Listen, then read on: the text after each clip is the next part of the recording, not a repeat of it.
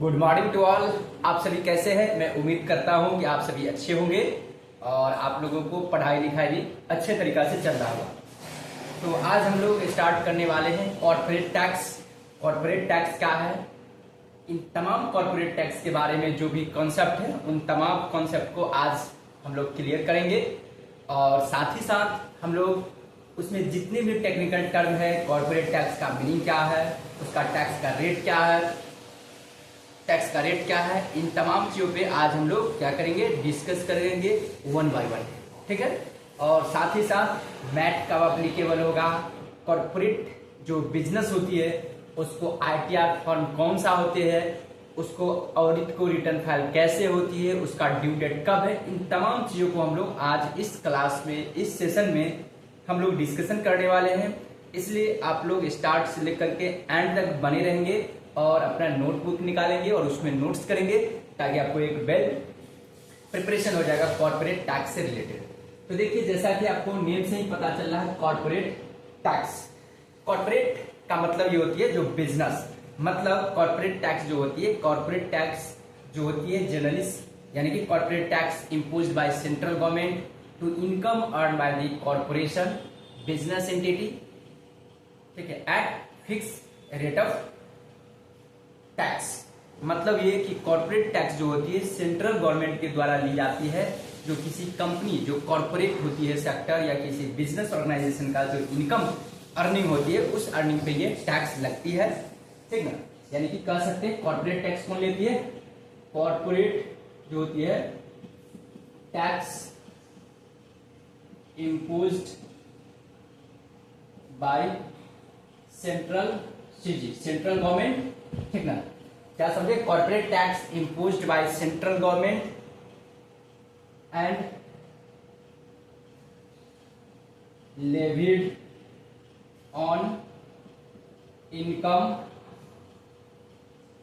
और profit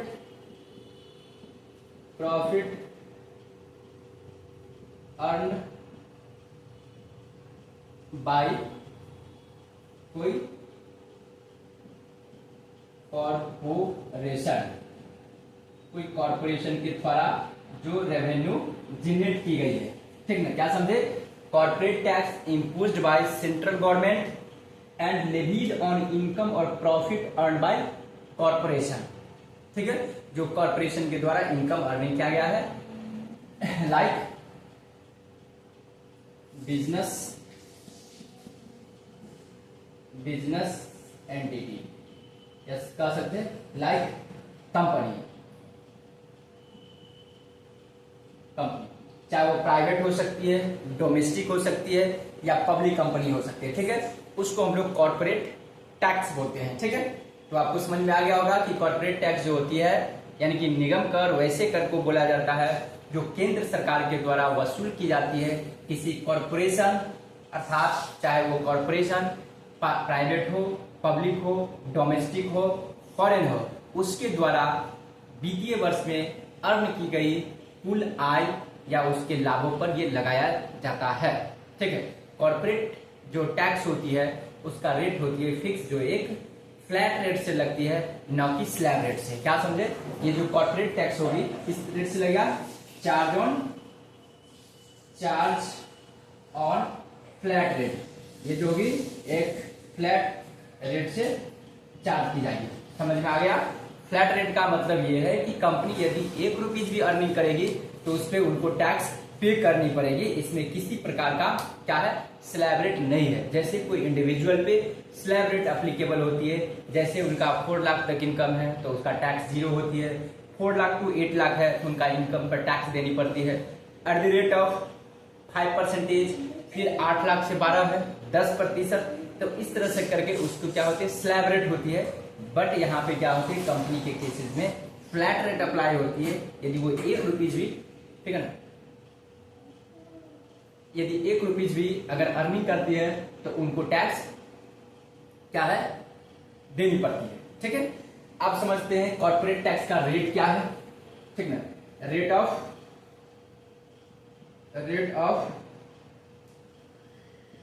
corporate tax, corporate tax की rate क्या है। तो देखिएगा, एक होती है कंपनी अंडर सेक्शन 115 BA, ठीक है।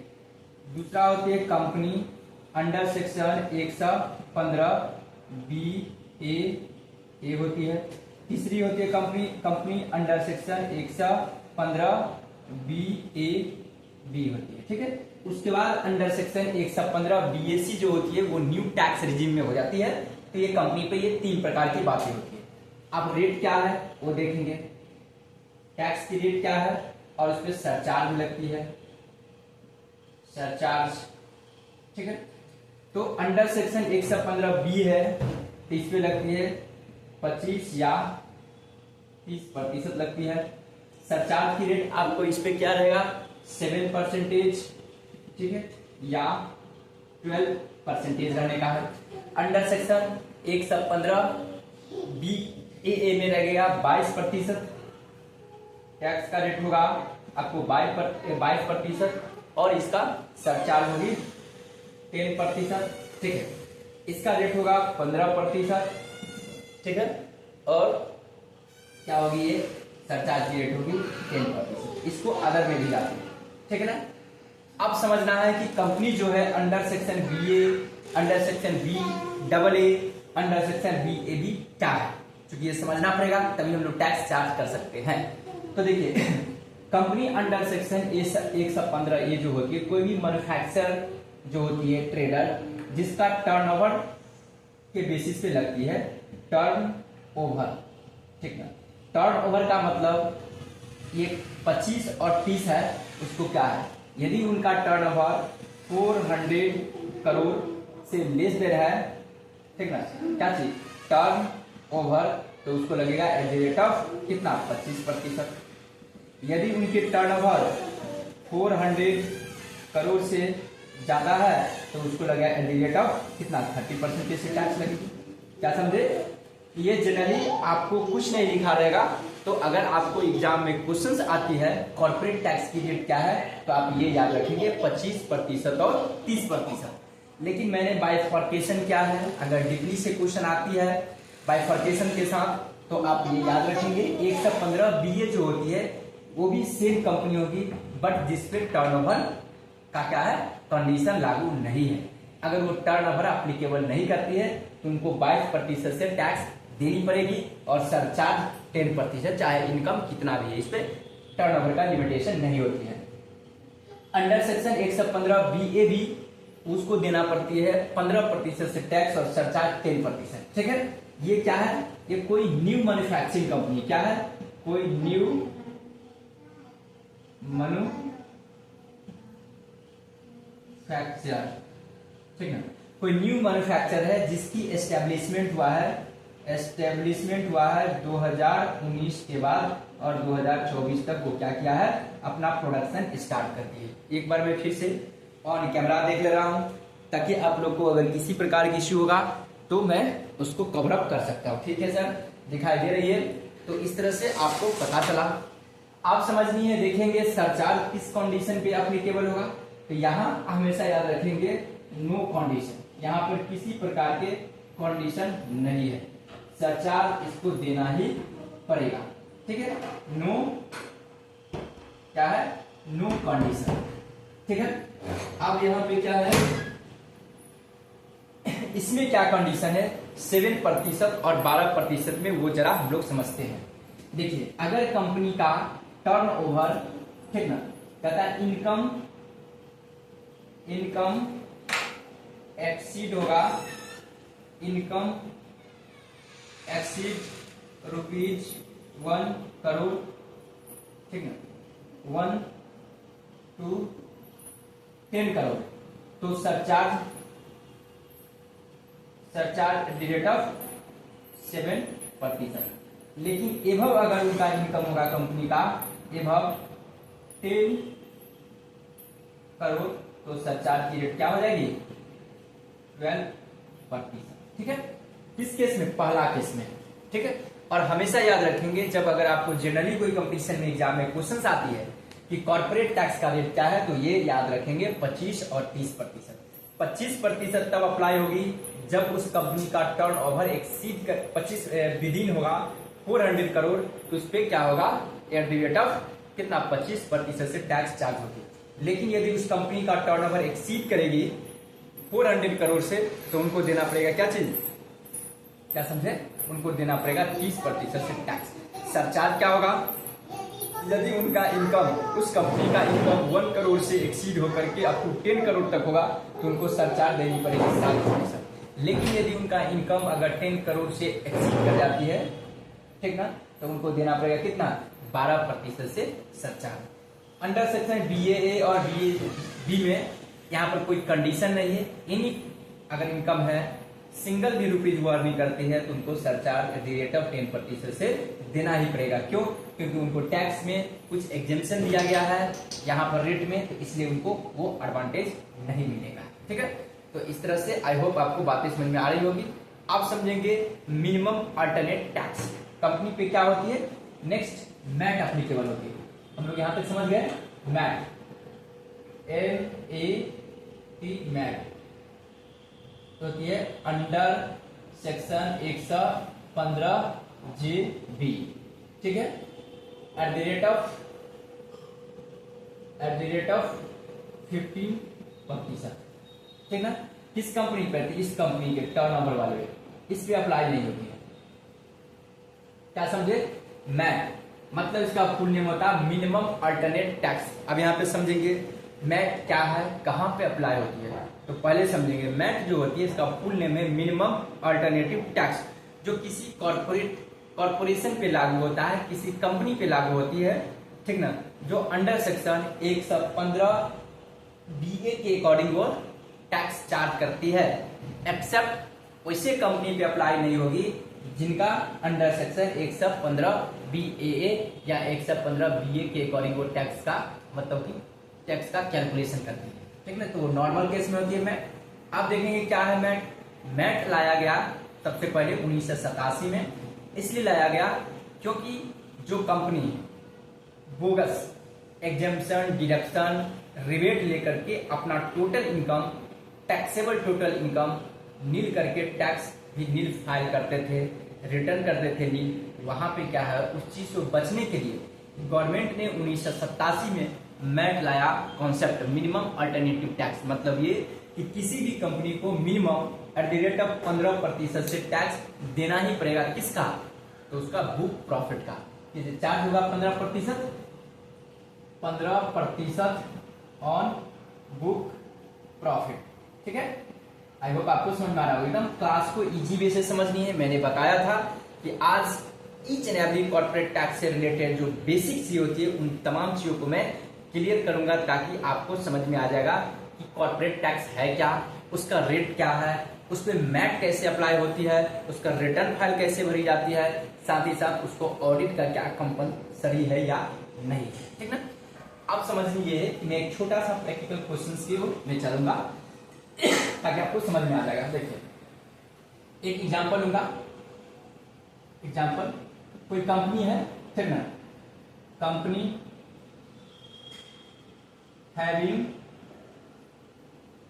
टोटल इनकम मान के चलिए उसका कितना है, सपोज दैट 10,000, ठीक है। उनका उस कंपनी का book profit under section 115JB के अकॉर्डिंग कितना दिया हुआ है, सपोज दैट 2.5 लाख है, ठीक ना। कहेगा कंप्यूट टैक्स लायबिलिटी। आपको कहता है कंप्यूट कीजिए टैक्स लायबिलिटीज। देखिए इस तरह से दिया रहेगा, देखिए मैट में, ठीक ना।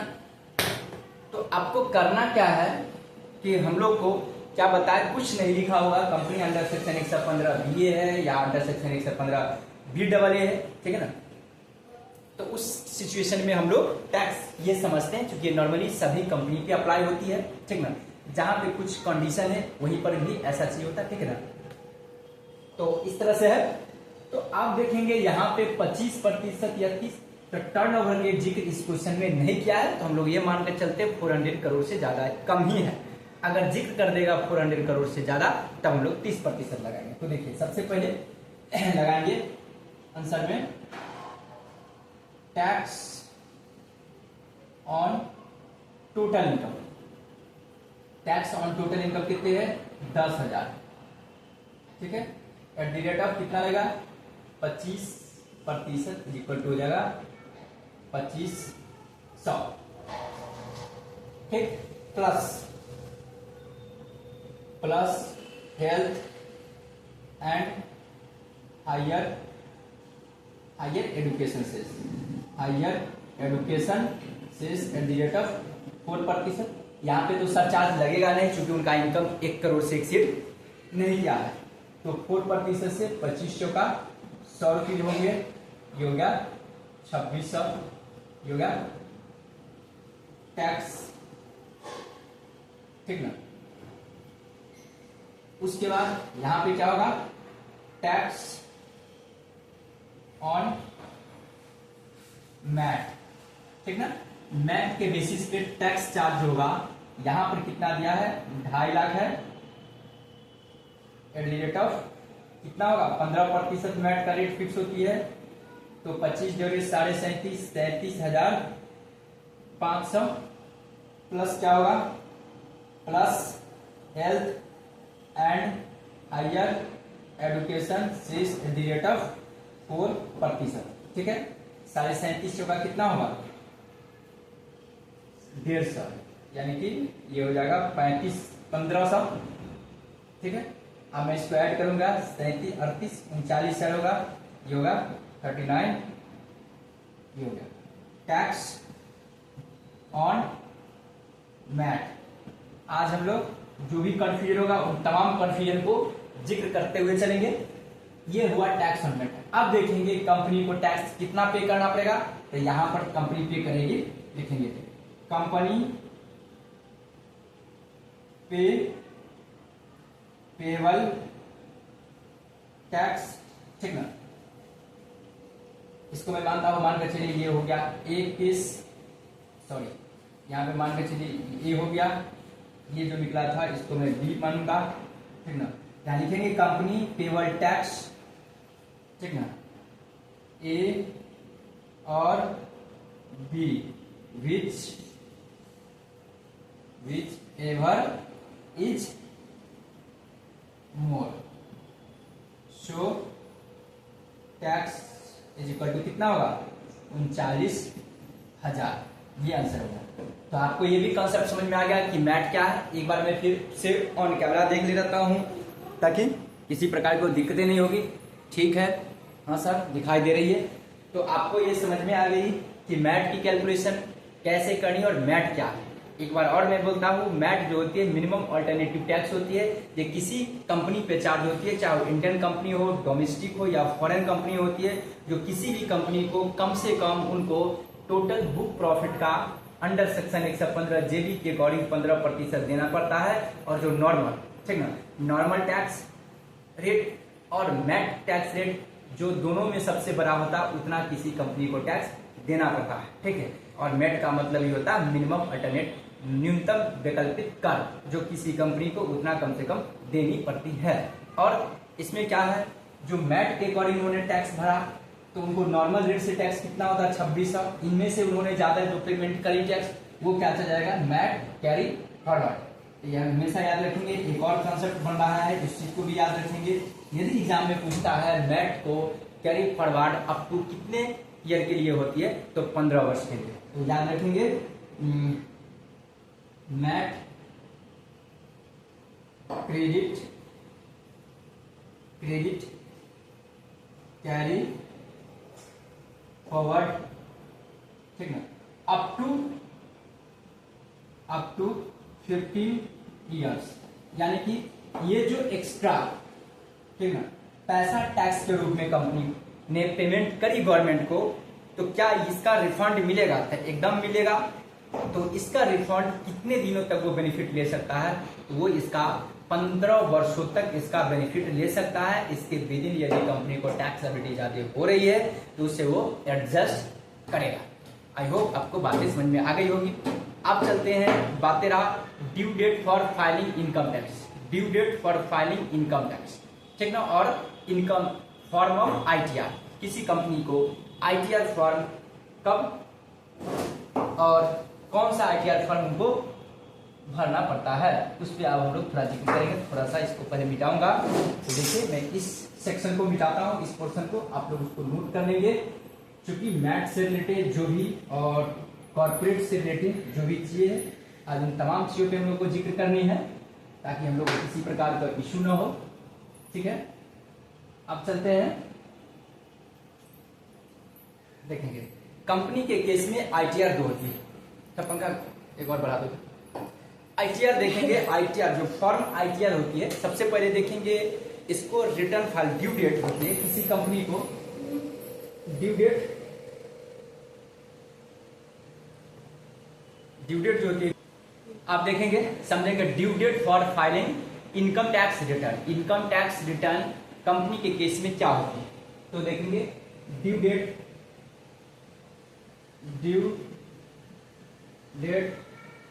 क्या समझे, ड्यू डेट फॉर फाइलिंग क्या चीज, due date for filing income tax return. Income tax return ITR, ठीक ना।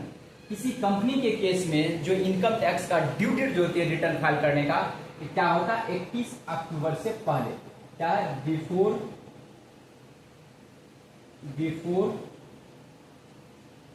30 अक्टूबर ईच ईयर, ठीक ना। एवरी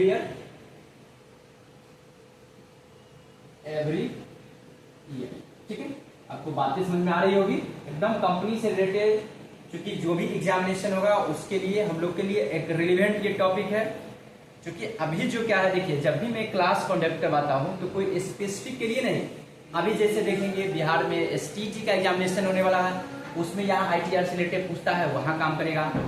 उसके बाद BPSC का Tier 4 का एग्जामिनेशन होने वाला, उसमें एडवांटेज करेगी।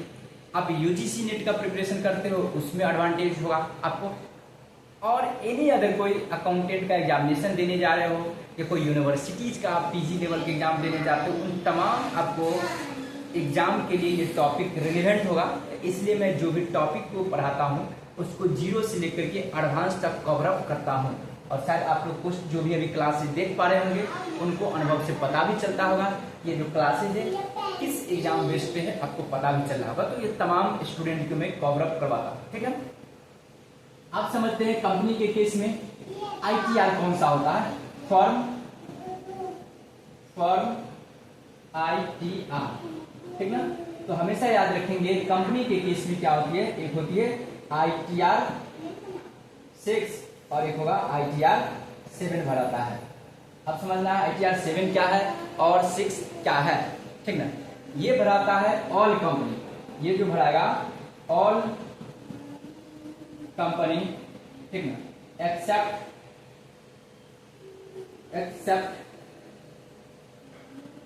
Under section company 11।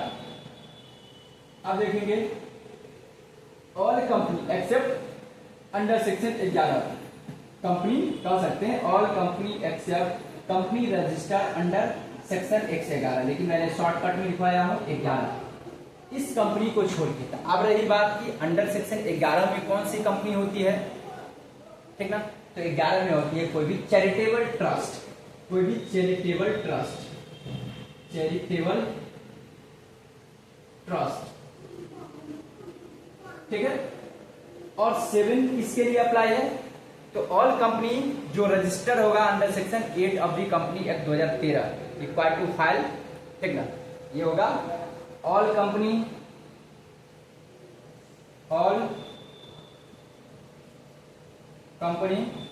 ठीक ना, क्या समझे, ऑल कंपनी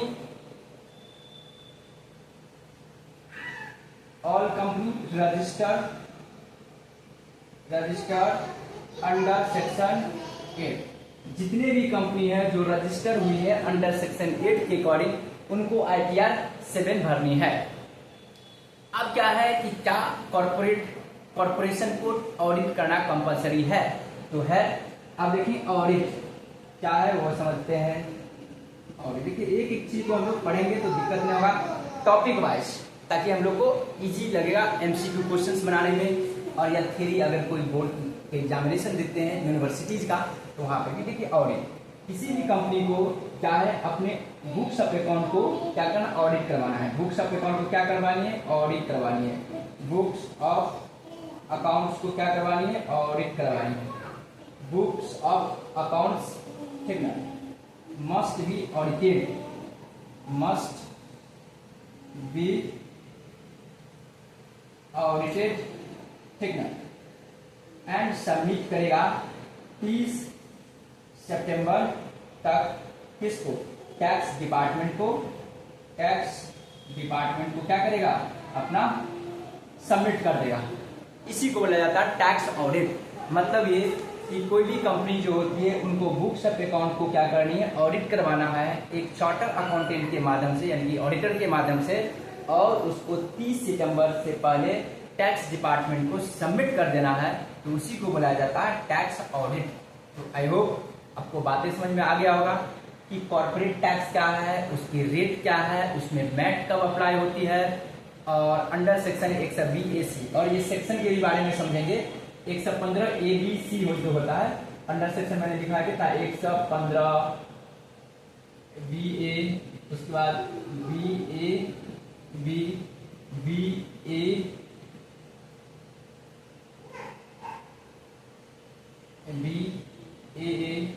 BAB, एक होता है अंडर सेक्शन 115BAC। ये हमेशा याद रखेंगे, ये न्यू टैक्स रिजीम के लिए होती है, न्यू टैक्स रिजीम के लिए, ठीक है। और होता है आगे सेक्शन 115AC के जगह पर फिर होगा 115AC के बाद AB होगा, तो वो होगा new tax regime for cooperative society. फिर अंडर सेक्शन 120ABE के बाद होता है कोऑपरेटिव सोसाइटी फॉर मैन्युफैक्चर के लिए होती है। तो बहुत सारे सेक्शन होती है, हम लोग को जो कंपलसरी है उस पर हम लोग चलेंगे। अब नेक्स्ट वीडियो में मैं जब आऊंगा तो सेक्शन को बाइफर्केशन करूंगा ताकि आपको याद हो सकेगा, और जितने भी रिटर्न फाइल है ITR 1 से लेकर के 7 तक, उसमें मैं फिर से उसको मैं रिकॉल करवाऊंगा, ताकि आपको मन में एक कॉन्सेप्ट बेसिक सा बन जाएगा कि ITR 1 2 3 4 5 7 को कैसे याद रखना है। Okay, bye bye, have a nice day.